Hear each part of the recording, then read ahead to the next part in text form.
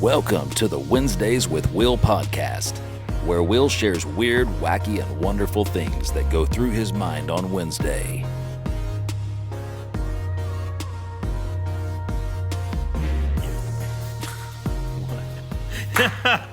Yeah. I don't think we want to do that. Hey, it is Pride Month, man. So I've got a good pride joke for you. dude, oh my goodness. Dude, I was thinking about it yesterday. You should just go for it. This is the cold open segment. Cold open. Here, let me get on my mic here. Oh boy. Just a heads up. We need to get you some headphones this way you can hear when you're getting further away. Okay, yeah. So, cool. I had this thought yesterday in honor of Pride Month, and I texted it to a couple friends because it was just funny. Hold on here. Let me pull it up because I want to get the wording right because it's just brilliant. There aren't many times where I think I'm being brilliant, but this is one of those times like, that's pretty good. It dawned on me that every time you drink bourbon or something that's been barreled aged, that you're literally drinking wood. Oh my goodness. So in a sense, that kind of makes it gay. There we go. There's yeah. I find myself to be way too funny. No. There's so many jokes during June, which I really hate. It overshadows my birthday. As soon as my birthday is on June 3rd, it's all the pride things come in, and I'm just like, this is hilarious. Yep. And it's some of my favorite videos that I even made about like things. I made these videos on like things to avoid during Pride Month, and it's like avoid any like food, like trans fats. Yes. And like don't drive good. a car with your transmission, and avoid bicycles. And it's just so dumb, but it's That's funny. but yeah. Avoid anything that's elongated. Do not eat anything like that. If you do, eat it from the center out. Center out. Goodness gracious. Won't be watching Reading Rainbow. Don't be watching. Yeah. That's a whole other thing. Oh my God. Sorry. I work for a school district and like, just reading in books and all this other stuff. Oh man, you want to talk about some angry Karens in books. Oh geez. Anyway. Yeah. Anyway, we should probably start the show. Hey, Probably. what's up?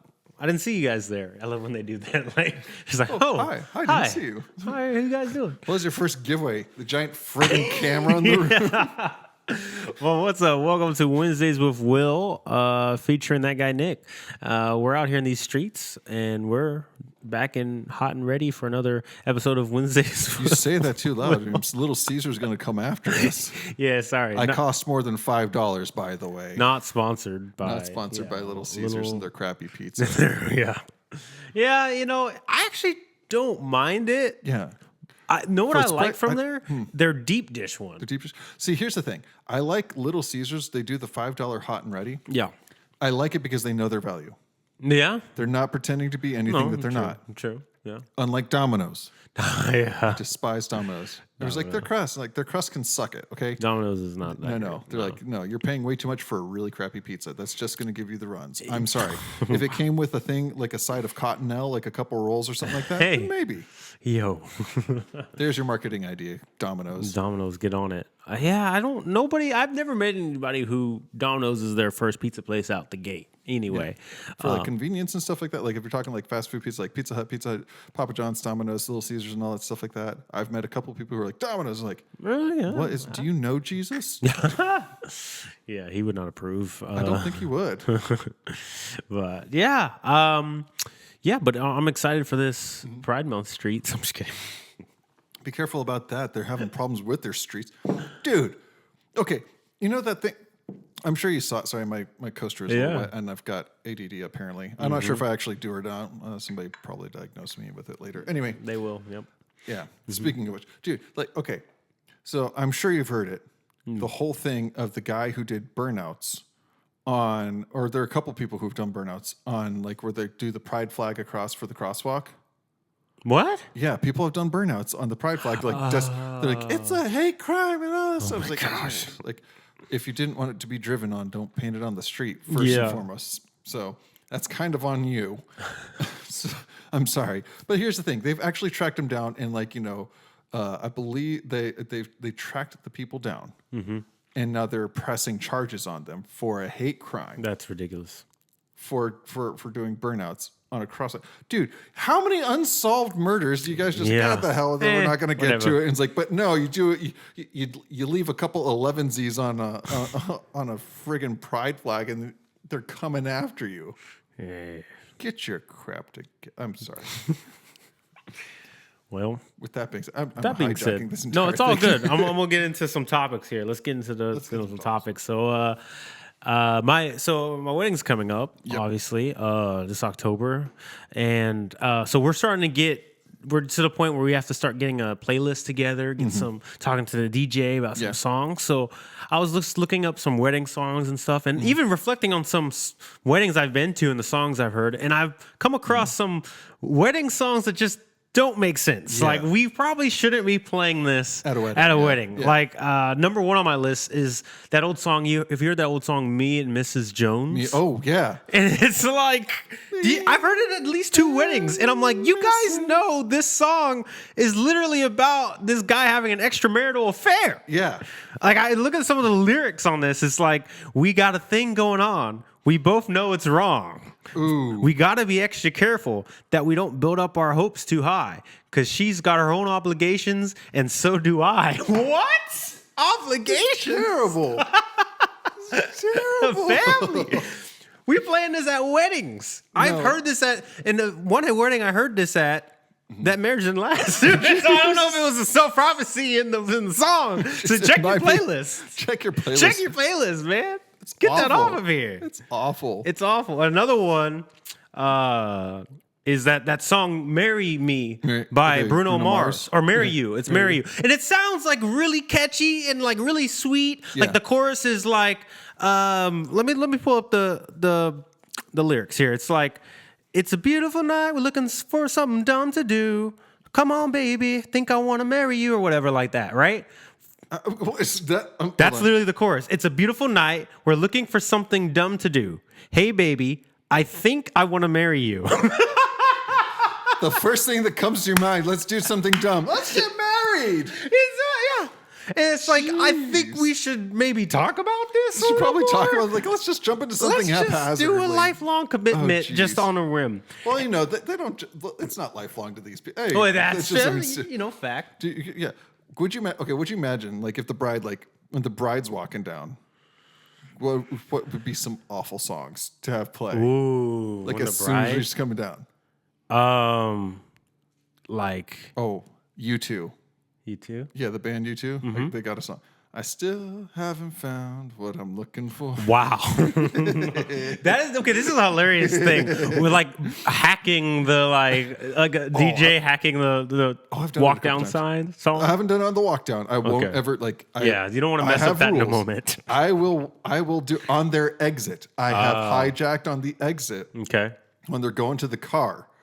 And I did this with a couple people. A couple of them were friends. I went over to the DJ booth and I was like, I gave him a tenner. I was like, I'm stealing this and put it on my phone. And he's like, okay, do what you're gonna do, man. I was like, it's the end of the night, my check cleared. What are they gonna do? Mm-hmm. And so what I did is as soon as they were exiting, I played Business Time. I had it queued up to the chorus, Business Time by Flight of the Conchords, as they're leaving. So everybody's doing like the arc with the sparklers or the bubbles or whatever it is and stuff like that. And it's like, it's business. Oh my gosh. It's business time. Wow. That's like, man, one of the songs I've joked with Alex about wanting to do. Mm-hmm. I want to do like a worship song. Oh, jeez. I want to do like Linger. The bridge is like, I want to go deep. I want to go further than I've ever been before. Tim Shepard, come sing at my wedding, dressed up in all black, and sing that bridge as we dance. Well, that's our walkout. That's our leaving. That's our exit song right there. That's an exit song as we get up into an Escalade and skid down the... Jeez. Oh, you were here. You were playing drums the first time I ever heard this song for students a while ago. Mm-hmm. And Bailey was leading, except for it was one of those things where she slurred her words together. Oh, no. it's one of those things where this is a song this is a worship song you have to enunciate and leave space in between the words. The song was "Touch the Sky." This guy. She said, "I touched the sky when my knees hit the ground." I was like, Pause. No. Yeah. Jared Hinks. Like, what? I beg your pardon? What did you say? Sing that to a bunch of teenagers. That's why. Especially at our demographic where we were, is like there's some of the troublesome kids. Like, I wondered why that song wasn't on the rotation long. I think you've answered that for me because I enjoyed playing that song. It was really fun, but it was I think we only played it once. At your feet again. Oh no, there are some worship songs that are ruined. Yeah, there is one. The one Closer. Pull me a little closer, take me a little deeper. I want to know your. Like, hold on here. Like, they're great worship songs. They're great. But then you just got that one person who ruins them. You're like, okay, we can't play this around. Because I love Linger. That's a good song. It got me through some stuff. Yeah. But like, oh man, can't play that in the wrong context. In the wrong context, that song is not. Can't go. Ooh. And Tim Shepard's voice does not help for that. Just the way that song is. I love him. It just doesn't help. It just doesn't. Like if it was a girl singing it with like just a little sweet voice, maybe. Could you imagine Barry White? Oh gosh. I wanna go to you. That's only one that could be worse. Well, yeah, man. Yeah, these that's check awful. the lyrics. Check the lyrics. Check the lyrics, like, man. I want to do something dumb. Let's get married. No, that's what and that song it goes further on, like the next verse. Here, where is it? Where's the one? There it is.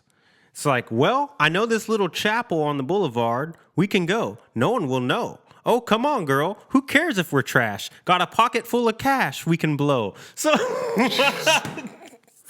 first of all, no one will know. So y'all trying to do this under the night, and it's also you're trying to do this before she finds out it's a bad idea. It's like, hey, let's do this real quick. Anytime, okay, that's like a rushing sale. You ever been in a situation with a salesman that's like, do it now, 3, 2, 1. Yeah, no, always walk away. Always walk away. It's like, I'll go get a ring. Let the choir bells sing. Like, ooh, so what you want to do? Let's run, girl. If we wake up and you want to break up, that's cool. No, I won't blame you. It was fun, girl. What? Hi, here's this lifelong commitment. We're going to treat it just like it's a basic transaction. You wake up in the morning, you realize you're trash, this was a bad idea, you can leave. You just talked about blowing all your cash and buying a ring. Well, how much? I mean, this guy just must be loaded for no reason, just worrying to blow money on this girl for one night. For one night? Dude, like, man, that's the most expensive one-night stand you'll ever have. Yeah, absolutely. Jeez. Man, that's almost like Bible college weddings. Like, the whole point behind, like, you didn't go to Bible school. I dropped out of King's. Well, no, like your wife or your fiance, she went to CF&I with me. She did, yeah. I know she's seen her fair share of CF&I weddings. Oh, for real? Yeah. Yeah, the whole point of the wedding is this way they can have guilt-free sex. Yeah. Legitimately, it's just for guilt-free sex. I mean, it's like, I can't tell you how many of those weddings I'm like, oh man, like, they got a divorce and it's so sad. I was like, no. They knew each other for 3 weeks before they decided to get married. Yeah. Saw that one coming. Yeah. So y'all just, word to y'all young Christians out there. Just stop being so horny, you know? Redirect it. Redirect, yeah. Maybe redirect. Just read Song of Solomon and beat off. I don't know. Just try to do something else. I'm sorry. One more time. For the record, I believe the direct quote was, read Song of Solomon and beat off. I don't recommend this. Look, I'm not saying. Okay, here's the thing. There's check with your men's group. There's a porn epidemic going on right now. So all I'm saying is, if you are at that place, right? I feel like that's a step better. It's a step in. It's at least a holy beat. I mean, because I don't know, guys. Sorry. Oh. I'm just saying. Oh, holy beat. If you're beating your meat anyway, rather than watching porn, just read Song of Solomon. Oh, man, that reminds me of it. I'm not going to out anybody, but there's a friend of mine who's telling me about this story. He lived in a foreign country, and they were working in the sugar fields as a part of their Bible school stuff. And there's this one guy who had a problem with masturbation and stuff. Except for like they're very Pentecostal, spirit-filled kind of Bible school and stuff like that. And so like praying in tongues and all that other stuff. We're not here to start a theological debate. Hold your comments to that. That's not the point of the story. Anyway, so this guy like he was trying to find ways of not like falling into temptation and like trying to find ways of not masturbating. Yeah, and so he'd try praying in the spirit to like kind of take. Except for there's one time when they're in the sugarcane fields, and apparently the guy was failing miserably while trying to pray in the spirit. They just saw the sugarcane shaking as they walked up to try and find until it's dinner time. Couldn't find them. They see the shaking things, and so the guys sneak up. They go, "Oh, Robasanda." Wow, that's nuts. No pun intended. It was literally. Anyway. A holy beat. No. Yeah, holy beat. But speaking of beating your meat, David and the 100 foreskins. the 200 foreskins. I was just reading that in my Bible. I was like, whoa. I got a lot of questions. I have lots of questions. On like just the logistics of this. Yeah. Okay? Like, so if y'all don't know, First it's like off, I have a better question. Why did Saul demand foreskins for his daughter? Yes, that's what I was about to start with. Why? And then just the logistics of how did he present these foreskins? They just find it's like just a burlap sack. A bucket of here they are. I mean, just this bloody, stripped up raw meat. Just why would you want that for your dad? Okay. And then what did Saul do with them after? I think we want to know what he did. It's not something you could like had them dried out, stitched together. He made a sack from sack. He made a sack. Oh my god! Here, put all your son's balls in the ball sack. That's crazy. Did he give it back to his daughter as like a ball sack? Yeah, back to his daughter as a wedding gift or what? No, that's the robes. Oh my gosh! Made into a belt or two. Oh, I don't know. I don't know. I was just like, this is one of the most bizarre things. And he was like, yeah. Saul asked for 100, and David's like, I'll give you 200. It's like, what? I'll double it. Which then that works something on him. Like, you didn't have to do that, man. That's awkward. How? Yeah. Is he personally chopping on these guys? I think so. Talk about having a high body count. We all know who the tramp in that relationship. Oh my gosh, David, I have some questions for you when I get up there. Questions. Some questions for you. Just, gosh, yeah, and because my insinuation is he killed them all, right? Yes. And then I guess afterwards. Could you imagine trying to excuse me? Excuse me. If you try to get him what's that pitch? I need these live. This is gonna sound weird, but I just need your foreskin. I need to grab your dick and cut some stuff. You can stay alive if you like. I just need your foreskin so I can get married. I can get married. Imagine if that's like the wedding, like just standardized wedding price, bride price. 100 foreskins. Oh God. Can't you just take a couple goats, maybe a calf? Yeah, we'd be running out of guys at that point. I don't know, man. Lots of culture still done. Just go. Never mind. You know what? Yeah, it's goodness nuts. Gracious. Again. Literally. Golly, who came up with that? Why did Saul want that? I have questions. Yeah. Saul was an interesting guy. This was at the point where he started slipping a little bit. And I think he didn't expect David to actually do it. Is my best. I assume that was the case. I imagine it's one of those things where you get you're like, that's too. If you do this, then I'll do this, and you say something ridiculous. Yeah, that you don't expect them to do. Yeah, and then they do it, and you're like, oh crap! I have to come through. Now I gotta come. Yeah. Probably. That's the worst. Like when it's got to be that way. Yeah, I'm sure that's exactly what it is. But yeah. Okay. How? No, my dog's he eats flies. There's a fly right there. Oh. Oh, yep. See if he's gonna jump at it. Jump at it. Oh, this is. Oh no. Nope, he's gonna be. I feel like he's just gonna ram his face into the window. I think he's done that a time or two. So he's like, oh, he's probably scared to do that. Yeah. He knows though the bug assault gun from the last episode. He knows if he hears that go or whatever, he knows what time it is. He comes running right to you. He's ready to clean up the crime scene. I'll go get a snack. I shall be good. Yeah, he's a good little dog. Yeah, good little puppy. Anyway, let me share a few things that I call in this segment "Things Pastors Do" that I'm annoyed about them doing. Okay. I'm trying to pick up my notes here so I can be on top of that with you. Oh, do you have some on that? No, I'm just looking. I'm just trying to keep up. I kind of jumped ahead here. So one thing, right? Pastors, stop making your wife stand up and turn around, being like, "Oh, shout out to my hot wife."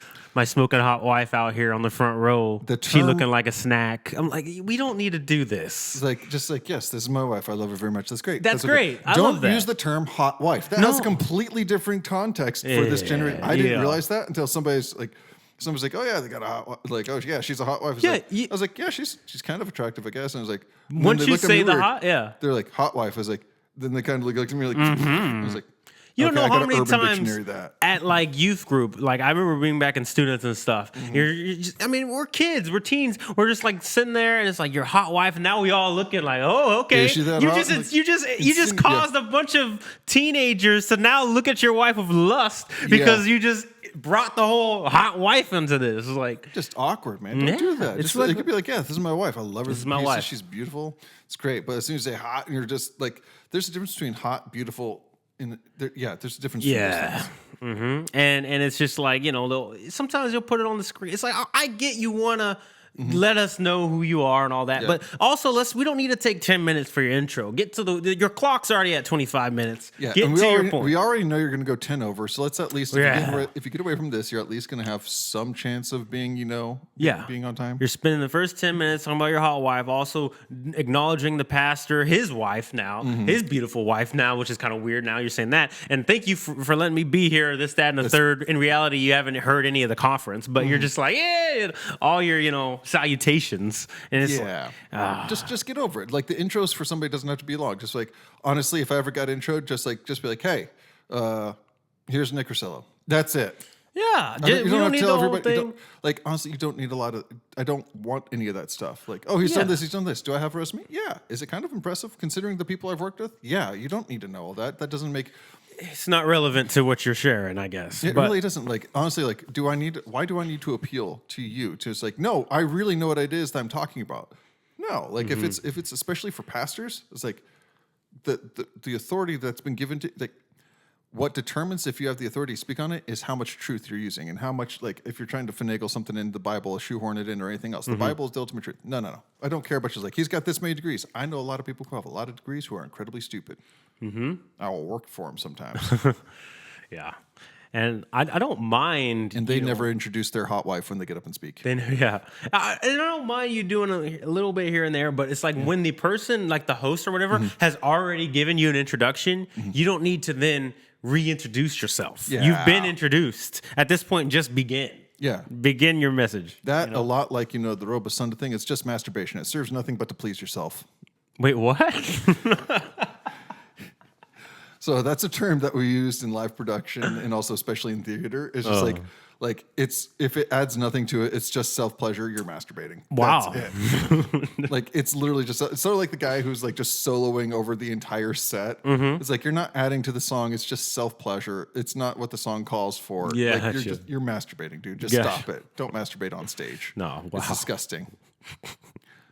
Dude, I didn't know black people could blush. That's awesome. Wow, yeah. Well, I'm like, how do we, I don't know where to go from that one. We don't. We just make this really awkward stare at the camera like, in other news.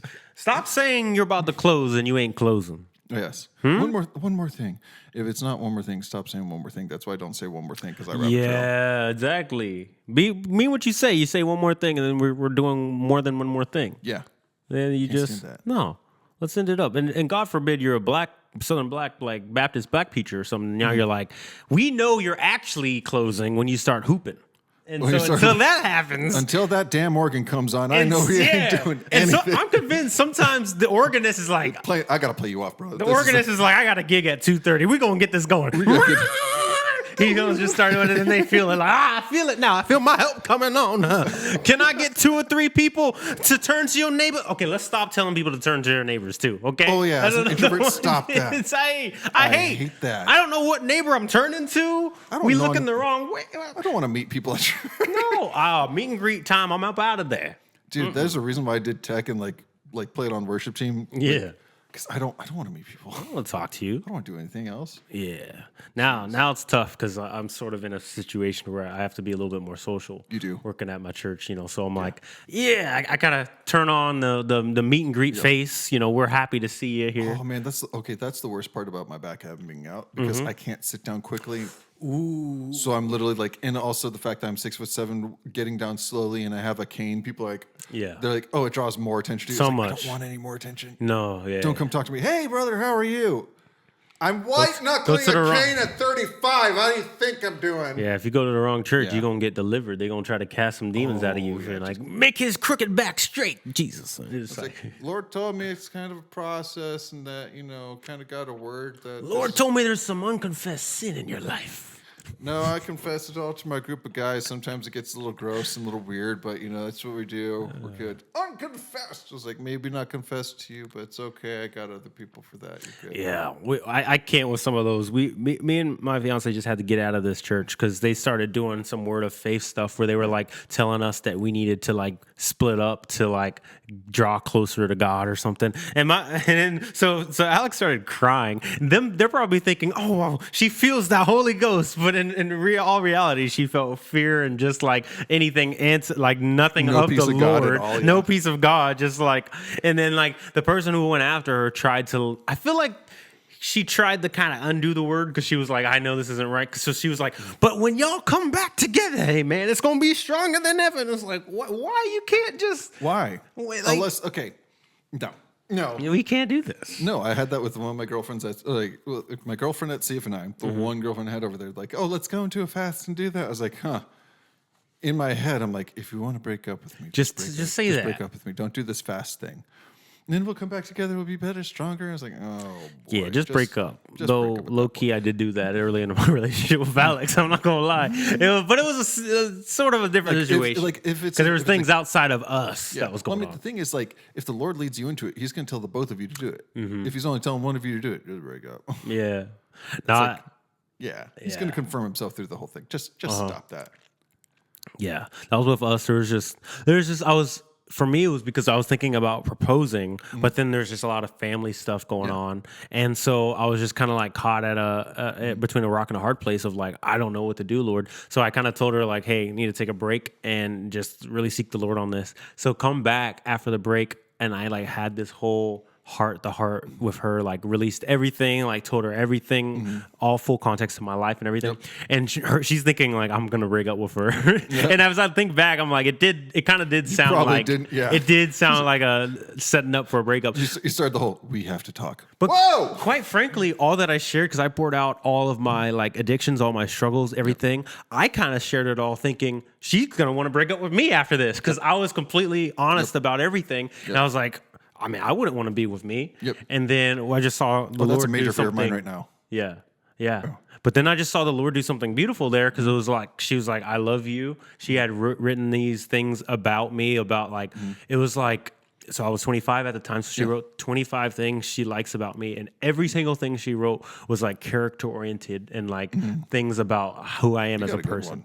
And so I was just like, wow, I'm crying now. This is really sweet. And she saw past all of, the flesh in me and was just like, I love you. And was like, well, let's get married. And like proposed like a week later. Nice. And I was like, this is the real one. Actually, literally that day I went to buy the ring. I was like, nice. We're done. I know it's a wrap. So. No, that's a like honest Nick mode. I am petrified at the time if I have to sit across from a woman and be like, all right, here's my history, and then this like 2-year spot right here, it's dark. Yeah, we're talking like really dark. Yeah, like Wesley Snipes looks like a ginger in comparison to how dark this is. But it's bad. I encourage you and anybody listening, man, the right person for you, the one that God's put in your life will look past all that. And not that it's not a problem, but that they can see you like Jesus sees you. Yeah. You know? It's not one of those things where they're ignoring it, pretending it doesn't exist. They're going to acknowledge it. Acknowledge it. Like one of the dates I went on, there's this girl, Annie. She is incredible. So if you need a photographer, Annie Martinez, she's a fantastic human being. Cool. She had this way of chatting and like thinking about like history, because she had a sort of history where there's some things that were going on, and then obviously I'm a horrible human being. But anyway, there's this one thing that she used to say, and it stuck with me, which is just like, she's like, it's not okay, but God is good. Yeah. Yeah. And so it's like one of those things where it's just like when things happen to you or the things that you did, like people say, oh, it's okay. It's like, no, it's not okay. It's not okay that happened. I don't want that to happen to anybody. It's not okay that you made some bad decisions. It's not okay. Like that's a bad thing to do. But on the same time, it was like, but God is good. God is good. It refocuses it totally. It's like bad things happen, life sucks, but still God is able to redeem it. Is the coolest thing ever. Yeah. Amen. That's great. Let's put a bow on that, man. It's like we got deep again. We got spiritual a little bit at the end. I guess whenever we go deep, we've got to pull out. We got to.